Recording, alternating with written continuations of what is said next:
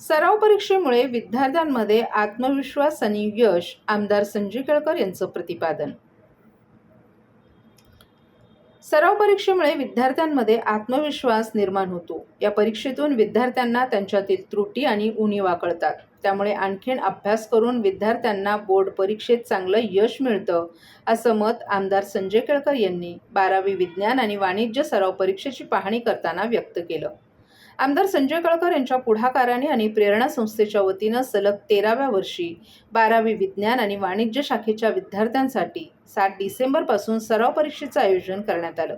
यावेळी केळकर यांनी पाहणी करून विद्यार्थ्यांना शुभेच्छा दिल्या.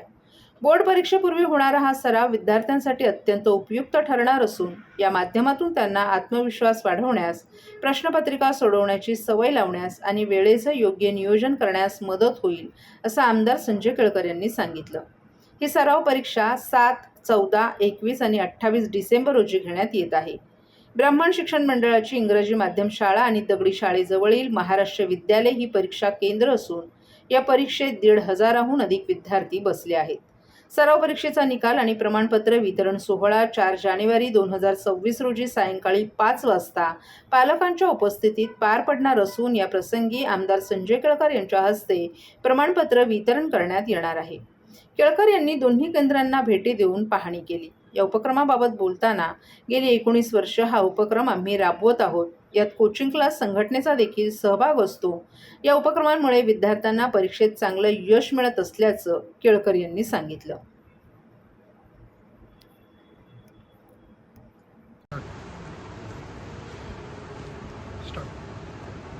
डिसेंबर महिन्यामध्ये दरवर्षी म्हणजे गेली अनेक वर्ष, मला वाटते 19 वर्ष जरी झाली असतील, की 12वीच्या विद्यार्थ्यांना कॉमर्स आणि सायन्स यांना सराव झाला पाहिजे या हेतूने आम्ही या ठिकाणी त्यांच्या सराव परीक्षा घेतो. 4ही रविवार या सराव परीक्षेमध्ये हे विद्यार्थी सहभागी होतात. हजारो विद्यार्थी त्याच्यात सहभागी होतात आणि याच्यामध्ये कोचिंग क्लास संघटनेचा पण फार मोठा सहभाग असतो, त्यांचं सहकार्य असतं. आणि या माध्यमातूनच जसं सरावानेच माणसाला यश मिळतं, तर या सरावाच्यामुळे या विद्यार्थ्यांना त्यांच्या प्रत्यक्ष परीक्षेमध्ये देखील यश मिळतं. या विद्यार्थ्यांना आज मी बघायला आलो होतो, भेटायला आलो होतो, त्यांच्या परीक्षेला कशी लिहितात ते बघायला आलो होतो. त्या सर्व विद्यार्थ्यांना मी शुभेच्छा देतो.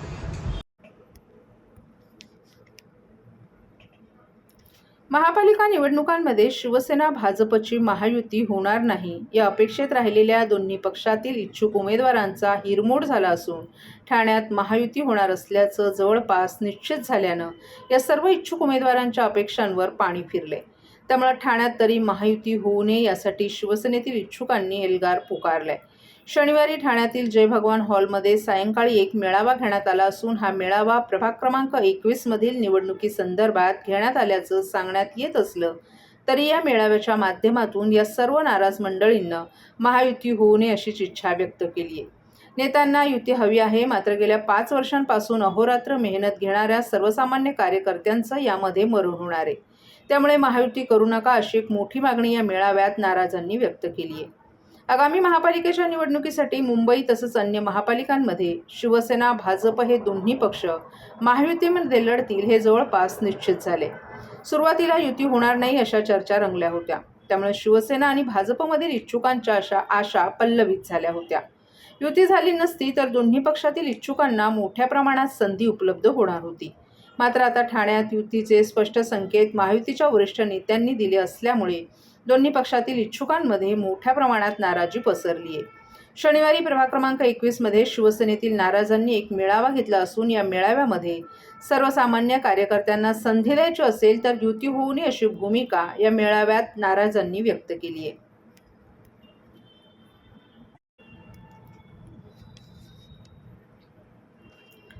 ठाणे शहर पोलीस दलाच्या ताफ्यात मागील वर्षी 80 गाड्या दाखल झाल्या होत्या.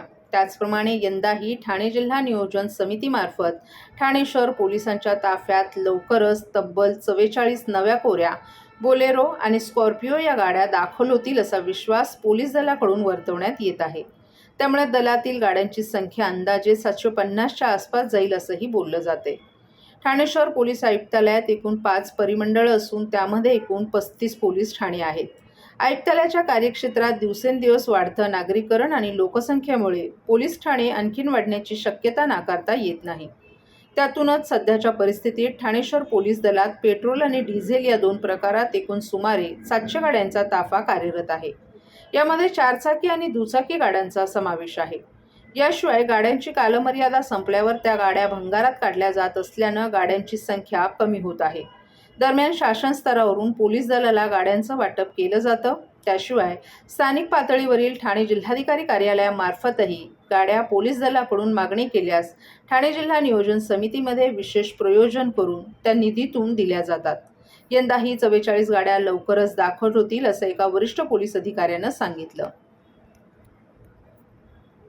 सर्व नागरिकांना आवाहन करण्यात येत आहे की सध्या डासांमार्फत पसरणाऱ्या डेंग्यू या आजाराचा प्रसार रोखण्यासाठी प्रत्येकाने पुढील प्रमाणे कार्यवाही करावी.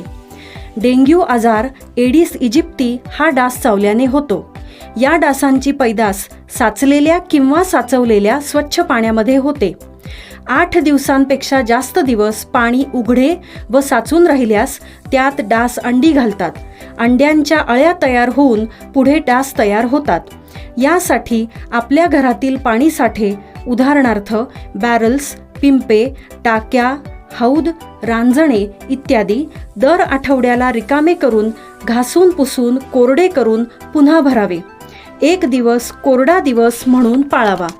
पाणी साठ्यांना घट्ट झाकणे बसवावीत किंवा जुनी साडी, चादर, धोतर यांनी बांधून झाकून ठेवावीत, म्हणजे डास त्यात जाऊन अंडी घालणार नाहीत. घराच्या गच्चीवर, आजूबाजूला, अंगणात कोठेही पाणी साचू देऊ नये. भंगार सामान उघड्यावर टाकू नये. उदाहरणार्थ टायर्स, प्लास्टिक सामान, कुंड्या, टाकाऊ वस्तू इत्यादी. अशा सामानात पावसाचे पाणी साठून त्यात डेंग्यूच्या डासांची पैदास होते. घरातील कूलर्स, फ्रीजच्या पाठीमागील ट्रे हे देखील वेळोवेळी कोरडे करावेत. लक्षात ठेवा, नुसत्या फवारणीने डास घनता कमी होत नाही, तर त्यासाठी डास पैदास ठिकाणे नष्ट करणे ही आपल्या सर्वांची जबाबदारी आहे. कोणताही ताप अंगावर न काढता जवळच्या शासकीय रुग्णालयात मोफत औषधोपचार घ्या. अशा प्रकारे नागरिकांनी सहकार्य केल्यास डेंग्यूचा प्रसार रोखणे सहज शक्य आहे.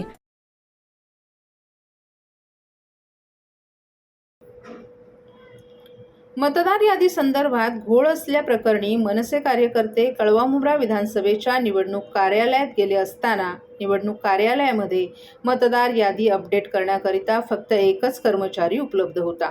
त्याचबरोबर संपूर्ण मतदारसंघातील मतदार याद्या हाताळण्याकरिता अपुरी कर्मचाऱ्यांची संख्या असल्यानं मनसे कार्यकर्ते यावेळी प्रचंड संतापले होते. तसंच अधिकाऱ्यांकडून देखील अपेक्षित उत्तरं न मिळाल्यानं संतप्त मनसैनिकांनी थेट निवडणूक आयोगाच्या कार्यालयातील संगणक मनसे स्टाईलनं हातात उडवून फोडले. सहनशीलतेचा अंत पाहू नका, अन्यथा येणाऱ्या काळात मनसे स्टाईलनं दणका देऊ. मतदारसंघातील याद्या अपडेट केल्या नाहीत तर पुन्हा हप्त्यामध्ये दणका देऊ. गेली अनेक वर्ष आम्ही काम करत आहोत, परंतु निवडणूक आयोग तुम्ही तर सांगण्यावरून काम करत असाल तर आम्ही करायचं काय, अशी खंत यावेळी मनसैनिकांनी व्यक्त केली. तसंच 149 मतदारसंघाबाबत येणाऱ्या काळात मनसे न्यायालयात PI दाखल करणार असल्याचं यावेळी मनसे ठाणे शहर उपाध्यक्ष सुशांत सूर्यराव यांनी सांगितलं. मुळात सांगायचं असं की मागील जेव्हा ठामोपाने मतदार याद्या प्रकाशित केला तेव्हापासून माझ्या प्रभागातले अनेक नावं ही दुसऱ्या प्रभागात फेकलीत. काही नावं तर डायरेक्ट मतदान लिस्टमधनं काढण्यात आली होती. ज्यांनी विधानसभेला मतदान केलं त्यांचं मतदार यादीत नावं नाही आहेत. आम्ही इथे विचार नाही केला, आम्हाला सांगितलं तुम्ही 8 नंबर फॉर्म भरा. आज 8 नंबर फॉर्म भरून 25 दिवस झाले, परंतु यांच्याकडनं एकाही व्यक्तीचं मतदार नाव नोंदणी करण्यात आली नाही. पुन्हा दुसरी व्यक्त सांगायची तर 6 नंबरचा मतदार जो 18 वर्ष पूर्ण होतो त्याला घटनेने लोकशाहीने दिलेला अधिकार आहे का त्याला मतदान नाव नोंदणी करून घ्यायलाच पाहिजे. असे अनेक फॉर्म आम्ही ऑनलाईन भरतोय. ते ऑनलाईन भरल्यानंतर हे रिजेक्ट मारतायत. त्या जागेवर न जाता कुठली शहानिशा न करता 149 कळवा-मुंब्रा विधानसभेचे मतदार अधिकारी आहेत. हे कुठेही न जाता इथे बसून नुसते आहेत, कोणतेही काम करत नाही. 6 नंबरचा ना फॉर्म भरत नाही, 8 नंबरचं काही काम करत आहेत. मग हे असलं निवडणूक कार्यालय आम्हाला काय कामाचं आहे? आणि जर आम्हाला लोकशाहीने दिलेला अधिकारच मिळाला नाहीये मतदानाचा, तर आम्ही काय करायचं? याच्यासाठी आज इथे आमच्या मनसेच्या वतीने आंदोलन करण्यात आलं होतं. आज त्यांना सक्त ताकीद दिलेली आहे, त्यांना जी काय सबब द्यायची ती दिलेली आहे. आणि जर हे नावं आणि ही जर मतदानापासून वंचित राहिले तर 149 कळमनुरा विधानसभेतील जे निवडणूक अधिकारी असतील त्यांच्या विरोधात आम्ही कोर्टामध्ये जाऊन त्यांच्या विरोधामध्ये आम्ही PI दाखल करणार आहोत. आणि जे मतदार वंचित राहणार आहेत त्या सर्वांना घेऊन सोबत आम्ही यांच्या विरोधात कोर्टात केस करणार आहोत. ओवळा माजिवडा विधानसभा मतदारसंघातील नागरिकांसाठी नव्यानं शिधावाटप कार्यालयाची निर्मिती करण्याचा शासन स्तरावर प्रस्तावित निर्णय करण्यात आलाय. त्यामुळे मतदारसंघातील नागरिकांना शिधापत्रिकेच्या कामांकरिता हक्काचं शिधावाटप कार्यालय लवकरच मिळणार आहे. ओवळा माजिवडा मतदारसंघाच्या हद्दीत ठाणे महानगरपालिका आणि मीरा भाईंदर महानगरपालिका या 2 महानगरपालिका येत आहेत. ठाणे शहराची लोकसंख्या अंदाजे 22 लाखांच्या आसपास तर मीरा भाईंदर शहराची लोकसंख्या अंदाजे 15 लाखांच्या आसपास आहे. या दोन्ही महानगरपालिकांमध्ये वेगवेगळ्या धर्माची समाजाची लोक राहत असून शहरी आणि आदिवासी भागात मोठ्या प्रमाणावर मजदूर, कामगार आणि नागरिक राहतात. यामध्ये अत्यल्प, मध्यम तसंच अल्प उत्पन्न गटातील लोकांचा समावेश असून त्यापैकी अल्प उत्पन्न गटातील म्हणजेच केशरी आणि पिवळ्या शिधापत्रिका धारकांची संख्या मोठ्या प्रमाणात आहे. शहरातील दारिद्र्य रेषेखालील आणि अल्प उत्पन्न गटातील नागरिकांना अन्न व नागरी पुरवठा विभागाच्या वतीनं शिधापत्रिकांच्या आधारे शिधा देण्यात येतो. ठाणे आणि मीरा भाईंदर शहराचा विकास झपाट्यानं होत असल्यामुळे तेथे नवीन गृहसंकुलांची बांधकामं मोठ्या प्रमाणावर सुरू आहेत. शहराची लोकसंख्या देखील मोठ्या प्रमाणात वाढत आहे. त्यामुळे नवीन शिधापत्रिका बनवणं, शिधापत्रिकेमध्ये दुरुस्ती करून शिधापत्रिकेतून नाव कमी करणं आणि नाव वाढवणं, तसंच अनेक ग्राहकांचे शिधापत्रिका बंद झाल्यामुळे धान्य न मिळणं, केंद्र आणि राज्य शासनाच्या माध्यमातून मिळणाऱ्या वैद्यकीय अथवा विविध योजनांचा लाभ घेता येत नसल्यामुळे ते पुन्हा सुरू करण्याकरिता 3 ते 4 महिन्यांचा कालावधी लागतो. ही सर्व कामं करण्याकरिता ठाणे शहरात एकतर मीरा भाईंदर शहरात आणि एक शिधावाटप कार्यालय असल्यानं तेथे नागरिकांची गर्दी होत असून कामांनाही अनेक दिवसांचा कालावधी लागत असल्यामुळे सर्वसामान्य नागरिकांना नाहक मनस्ताप सहन करावा लागतोय. यावर उपाययोजना करण्यासाठी सर्व शिधावाटप कार्यालये डिजिटलायझेशन करणं तसंच लोकसंख्या वाढीच्या दृष्टीनं सक्षम महिला बचत गट आणि विविध कार्यकारी संस्था यांच्या माध्यमातून प्रत्येक विभागामध्ये शिधावाटप दुकानांची संख्या वाढवणं, दलाल मंडळींवर चाप बसवणं याकरिता परिवहन मंत्री प्रताप सरनाईक यांनी 2024मध्ये स्थानिक आमदार या नात्यानं औचित्याचा मुद्दा मांडून विधानसभेला लक्ष वेधलं होतं. त्याची दखल घेऊन शासनातर्फे ओवळा माजिवडा विधानसभा मतदारसंघात 36 फ ठाणे कार्यालय क्षेत्रातील 35 शिधावाटप दुकानं, 41 फ ठाणे कार्यालय क्षेत्रातील 14 शिधावाटप दुकानं आणि 41 फ भाईंदर कार्यालय क्षेत्रातील 34 शिधावाटप दुकाने असे एकूण 83 शिधावाटप दुकानांसाठी नवीन शिधावाटप कार्यालयांची निर्मिती करण्याचं शासन स्तरावर प्रस्तावित करण्यात आले असल्यानं नागरिकांच्या आणि शिधावाटप धारकांच्या दृष्टीनं मध्यवर्ती ठिकाणी शासकीय, निमशासकीय अथवा खाजगी जागेवर शिधावाटप कार्यालय उभारण्यात येणार असल्याचं परिवहन मंत्री प्रताप सरनाईक यांनी सांगितलं.